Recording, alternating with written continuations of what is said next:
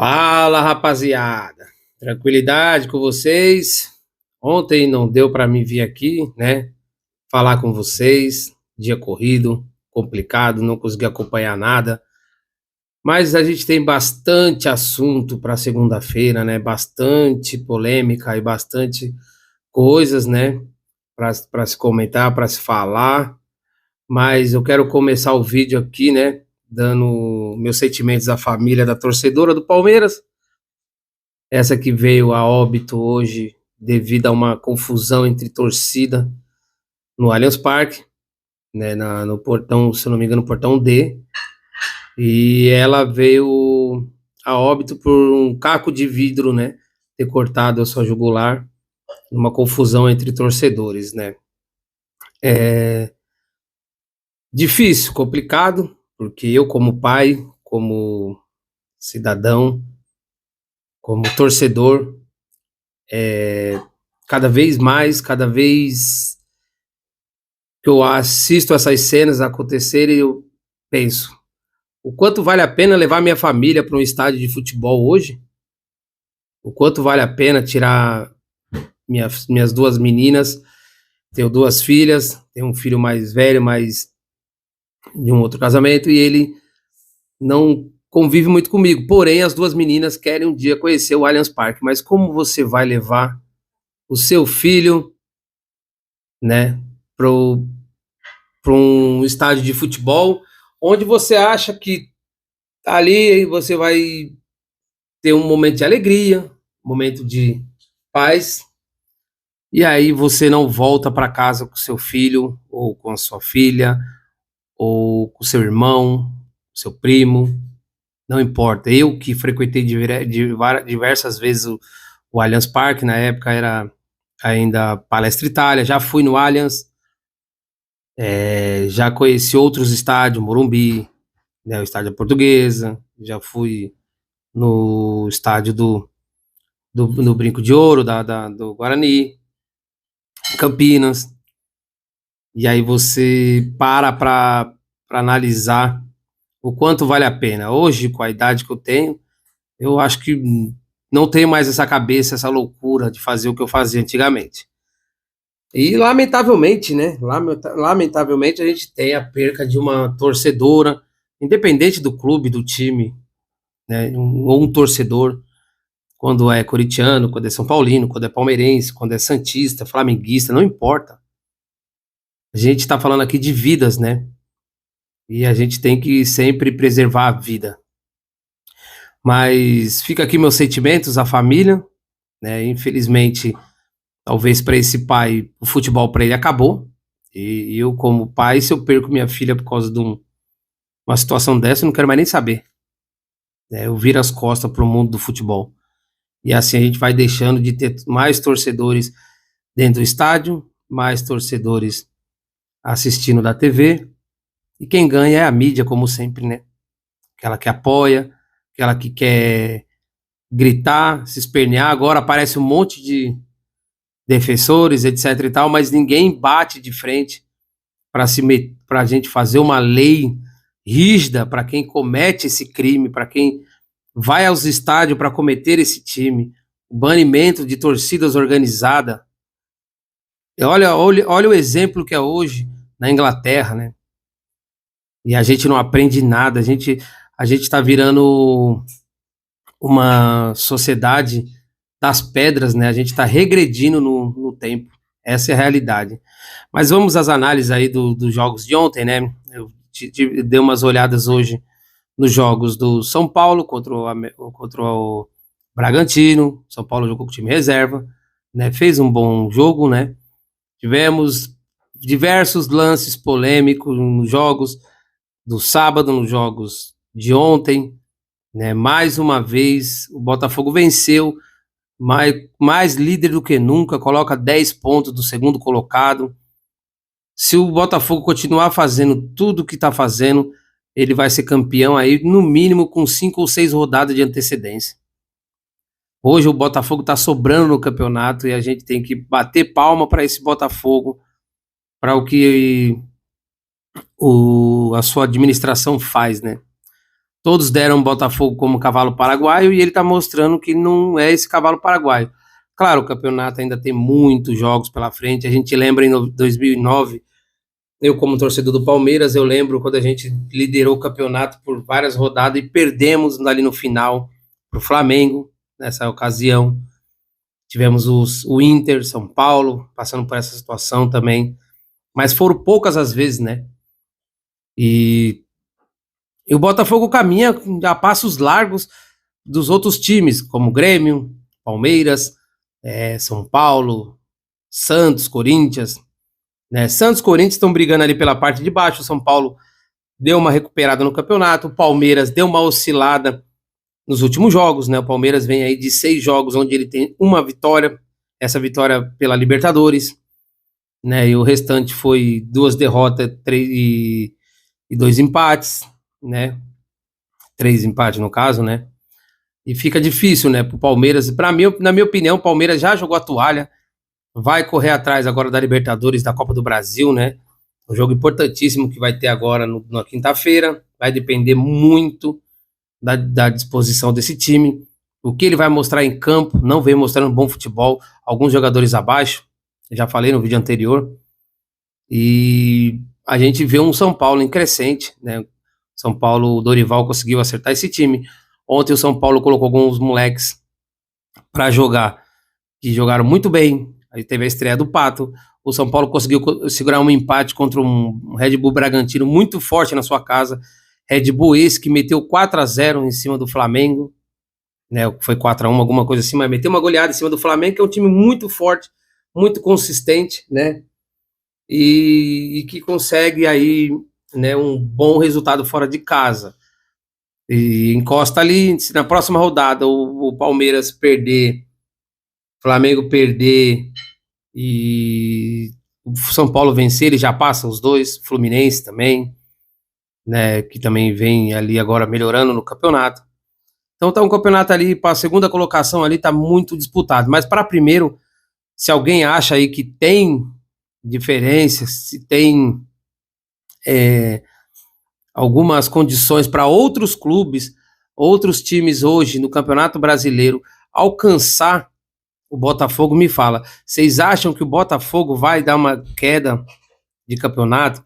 Onde o Botafogo está disputando somente o Campeonato Brasileiro e a Copa Sul-Americana, essa Copa Sul-Americana que provavelmente daqui a pouco eles abrem mão, tá? Porque pro Botafogo, um time tão grande como o Botafogo, com as condições que ele está tendo hoje para ser campeão do Campeonato Brasileiro, ele não vai abrir mão do Campeonato Brasileiro, ele vai se dedicar ao Campeonato Brasileiro, eu tenho certeza disso, né? Tivemos também ontem, vamos aos lances polêmicos, né, que tivemos, a gente já teve um jogo ontem do Santos com o Goiás, às 11 horas da manhã, jogo esse onde o Santos abre uma vantagem por 3-1 no primeiro tempo, e que o Goiás, com muita força e garra, foi buscar no segundo tempo e chegou ao empate. Mas ali, por volta do finalzinho, uma trombada, lance normal de jogo, o árbitro é chamado e marca pênalti para o Santos faz o quarto gol, 4-3, o Santos vence a partida, né? Lance muito polêmico, né? Lance, na minha opinião, nada a marcar, tá? E daqui a pouco eu vou dar opinião sobre esses lances que aconteceram ontem, que aconteceram antes de ontem, que aconteceram na semana passada, e o que eu vejo hoje sobre a arbitragem brasileira. E depois tivemos o jogo também entre Botafogo e Grêmio, onde o Grêmio reclama de um possível pênalti também em cima do Bitelo, né? O jogador é puxado, mas a gente só tem uma foto desse lance.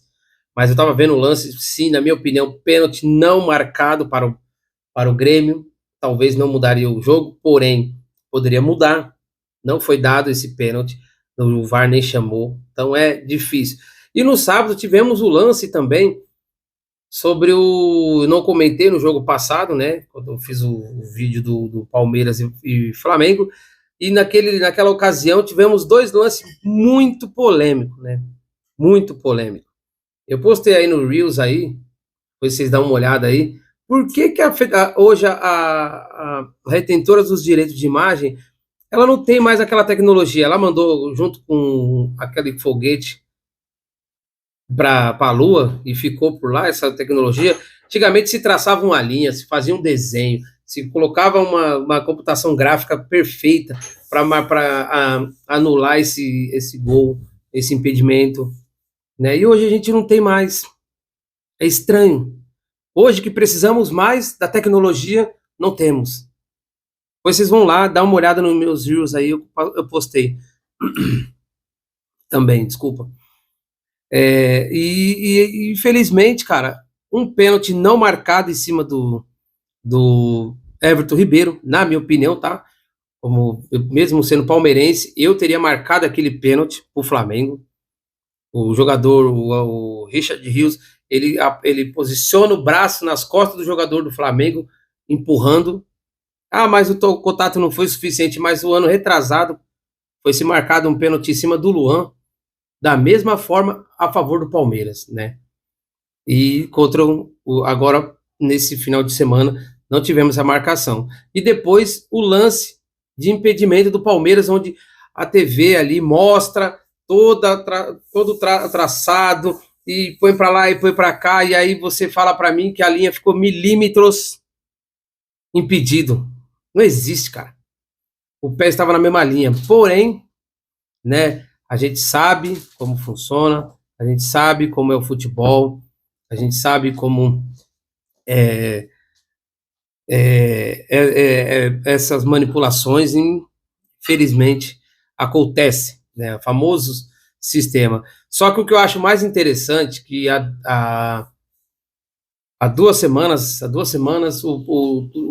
uma semana atrás, né, o coordenador técnico do Palmeiras, né, o auxiliar técnico do Palmeiras, João Martins, vem com uma declaração polêmica sobre a arbitragem, sobre o sistema da CBF, né, acusações, né, talvez ali no calor do jogo, falou algumas coisas que não deveria, e foi criticado pela mídia, pelas rádio, foi criticado por dirigentes, torcedores dos outros clubes. Só que tem aquela história, né, que minha avó dizia para mim: o pau que dá em Chico não dá em Francisco. Porque na quinta-feira tivemos o diretor de futebol do Flamengo criticando, metralhando, batendo de frente, xingando, falando que era absurdo, blá, blá, blá, blá, blá, blá. E aí, no domingo, no sábado à noite, ele foi lá falar o quê? Que era absurdo a CBF não marcar aquele pênalti, que o Flamengo foi garfado. Então, assim, o pau que dá em Chico não dá em Francisco. Quando é a favor, todo mundo defende, mas quando é contra, todo mundo critica. Será que não está na hora dos times, dos clubes brasileiros se reunirem e colocar uma pressão na CBF? Será que vocês não estão entendendo que os árbitros estão fazendo isso de propósito? Eles estão errando de propósito para que se cria uma nova regra no futebol, para que esses caras sejam profissionalizados, para que eles sejam profissionalizados assim como os jogadores são, dirigentes, gandulas. Todo mundo no futebol é profissionalizado, menos os juízes, os bandeiras. Então, assim, será que eles não se reuniram entre eles? Assim como eles têm grupos de WhatsApp para falar mal do Abel, para falar, olha, com o Abel nós temos que ser rude, temos que ser, já tem provas aí, né, que eles se conversam entre eles para punir o Abel. Você acha que eles não se conversam? Olha, se a gente não forçar uma situação, a gente não vai ser profissionalizado, a gente não vai ganhar bem, a gente não vai ter uns direitos, não vai ter direito CLT, a gente aqui é freelance, aí a gente é afastado, fica sem jogar e aí perde. E o cara tem que ter preparação física, o cara tem que ter estudo, o cara tem que ter cursos, tudo tirado do próprio bolso. Então, os árbitros, na minha opinião, os árbitros estão fazendo esses erros por vontade própria. Ficou muito nítido no jogo contra o Santos, que o árbitro olhou ali. Ali não tinha como aquele árbitro dar aquele pênalti. Foi uma trombada normal de jogo. O jogador do Goiás está parado, o jogador vem em encontro dele. Então, assim, fica muito nítido que os erros que estão acontecendo no futebol hoje é exatamente para forçar uma situação. E qual é essa situação? Que os clubes brasileiros se juntem, se reúnem e coloquem uma pressão sobre a CBF para ter mais equipamentos, para ter mais profissionalização, para ter mais tecnologia. Como a CBF fala que investe, que se joga no mercado, que faz isso, que faz aquilo, e a gente não vê nada, não tem resultado. Então, tá na hora do Palmeiras, São Paulo, Corinthians, Santos, as diretorias parem o futebol, vão à CBF e falam: olha, a gente precisa de uma profissionalização sobre os árbitros, para poder cobrar esses caras como o jogador é cobrado. Engraçado, o jogador é cobrado no STF, no STJD, o jogador não pode falar uma palavra de campo, é julgado, é expulso. O árbitro não, o técnico, dirigente. Mas e os árbitros? O que fazer com esses árbitros quando ele afasta por uma semana, duas, três? A, a árbitra foi afastada esses dias, eu esqueci o nome dela agora. E aí, quando ela voltou no jogo contra Corinthians e Bragantino, teve uma cena criminosa no jogador. Podia ter quebrado a perna do jogador. E ela não foi nem chamada no VAR. E ela não falou nada. Ela viu sangue na perna do cara e não deu nem amarelo pro jogador. Então é difícil. O que vai precisar mais? Vai precisar acontecer uma coisa pior dentro de campo, uma coisa cruel dentro de campo, para se marcar o que a regra diz. Vai esperar acontecer o que acontece fora de campo para se dar alguma regra? Não esqueçam de deixar nos comentários, tá? O que vocês acham sobre isso. A minha opinião hoje sobre a arbitragem é essa. Eles estão forçando uma situação para que todos os clubes se juntem e pressionem a CBF. Tá ficando nítido, todos os jogos estamos tendo confusões, estamos tendo situações de arbitragem, então tá ficando nítido que eles estão criando uma situação para eles. É a única forma deles crescerem como profissionais. E é a única forma da gente melhorar o futebol brasileiro. Não esqueçam de deixar nos comentários o que vocês acham. Se inscrevam no canal. Deixe o seu like, é muito importante para a gente. E vamos fazer aqui um minuto de silêncio em homenagem a essa menina que veio a falecer, se eu não me engano, Gabriela, o nome.